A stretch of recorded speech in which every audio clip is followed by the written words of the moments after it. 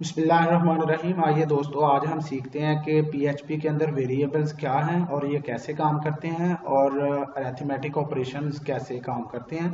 तो बिल्कुल ये बेसिक लेवल का लेक्चर है, तो थोड़े से मिनट्स का होगा, आप इसको ज़रा ध्यान से देखिएगा।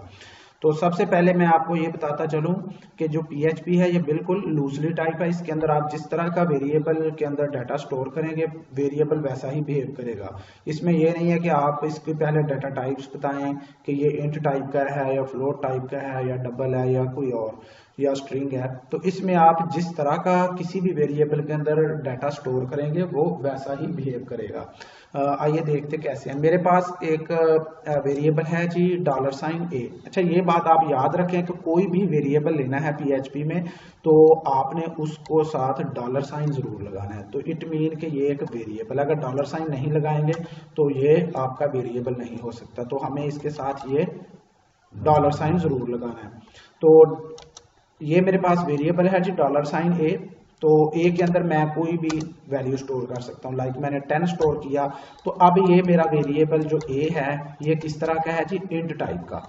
अच्छा, मैं एक और वेरिएबल ले रहा हूँ जी $B। तो अब ये मेरा जो बी वेरिएबल है इसके अंदर मैं 10.5 कर देता हूँ। तो अब ये जो मेरा बी वेरिएबल है, पीएचपी ने इसको समझ लिया है कि ये फ्लोट टाइप है, कि इसके अंदर आपका पॉइंट आ सकता है। ठीक है, इसके अंदर नहीं आ सकता कि ये इसका इंट टाइप है।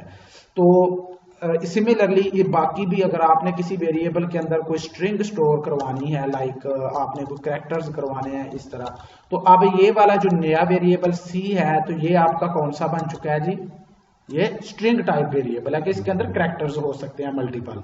तो ये होती है इसकी डाटा टाइप्स। तो इसमें ये मैटर नहीं करता कि आप इसके हर वेरिएबल के साथ लिखेंगे जी ये इंट है या ये फलां है, ये लिखने की जरूरत ही नहीं है। पीएचपी इतनी इंटेलिजेंट है कि ये समझ सकती है कि ये किस टाइप का वेरिएबल है।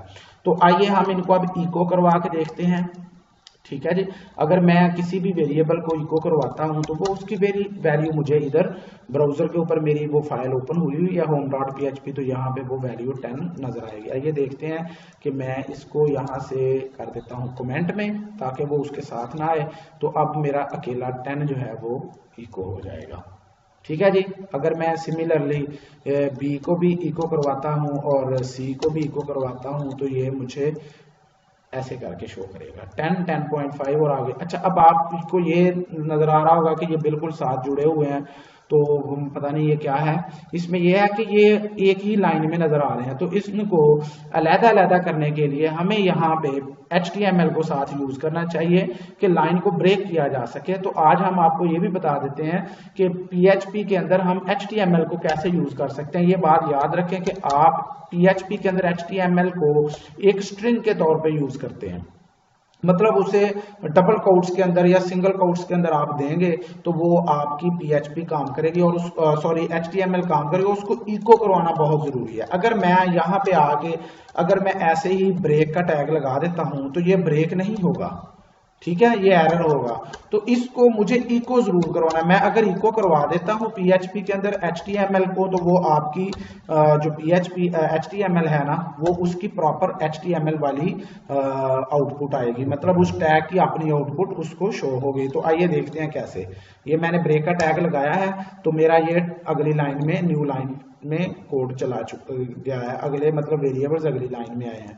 तो अब मतलब ये बात आप पूरी जिंदगी याद रखें कि PHP के अंदर आपने HTML को इस तरह से यूज करना है कि उसको आपने इको करवाना है, हमेशा इको करवाएं और उसको यूज कर सकते हैं।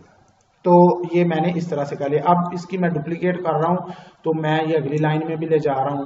ठीक है जी, तो अब इस तरह से ये मेरे पास अलग-अलग लाइन में ये सारे आ जाएंगे। तो इस तरह से आज आपने ये भी सीख लिया कि हमने वेरिएबल्स को कैसे यूज करना है और कितनी टाइप्स के वेरिएबल्स हैं, और साथ ये भी देख लिया कि PHP के अंदर हम HTML को कैसे यूज कर सकते हैं। अच्छा, आइए अब हम आ जाते हैं इनके अरिथमेटिक ऑपरेशंस के ऊपर कि अरिथमेटिक ऑपरेशंस कैसे होते हैं।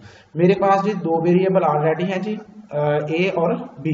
अब मैंने इनको जी प्लस करवाना है, $A प्लस $B, और ये हो जाएगा।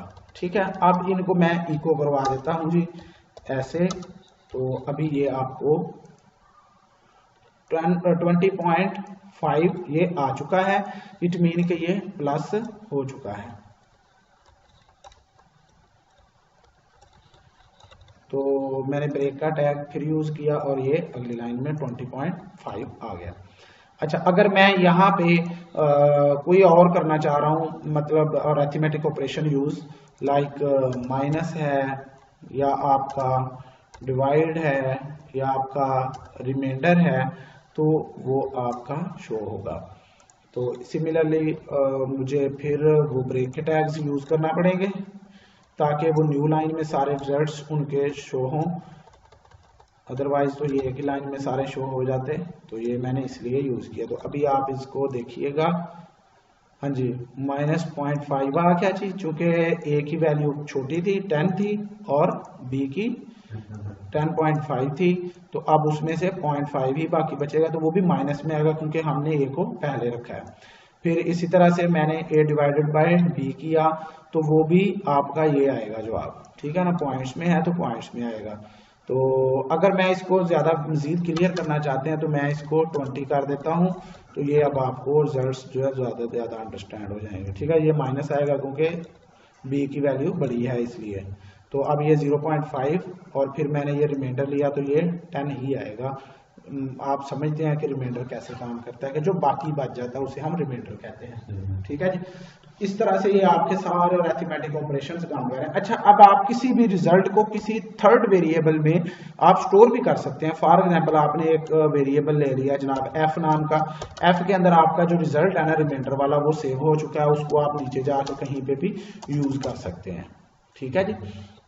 मतलब आप यहाँ पे $f प्लस इसके साथ आप कर सकते हैं जी 50, तो अब आपका ये जो रिजल्ट है ना ये प्रॉपर काम करेगा। मतलब आप वेरिएबल्स को रीयूज करना भी इससे सीख सकते हैं कि आप रीयूज कैसे कर सकते हैं। एक ही बार वेरिएबल लिया, उस वेरिएबल को आप मल्टीपल टाइम आप यूज कर सकते हैं। तो ये 50 थी वैल्यू और साथ उसके ये 10 था और 10 प्लस 50 जो, तो ये 60 हो चुका। तो इस तरह से आप मल्टीपल वेरिएबल्स को मल्टीपल टाइम रीयूज कर सकते हैं। तो ये था आज का लेक्चर दोस्तों, कल फिर इंशाल्लाह मज़ीद आगे देखते हैं। Thank you.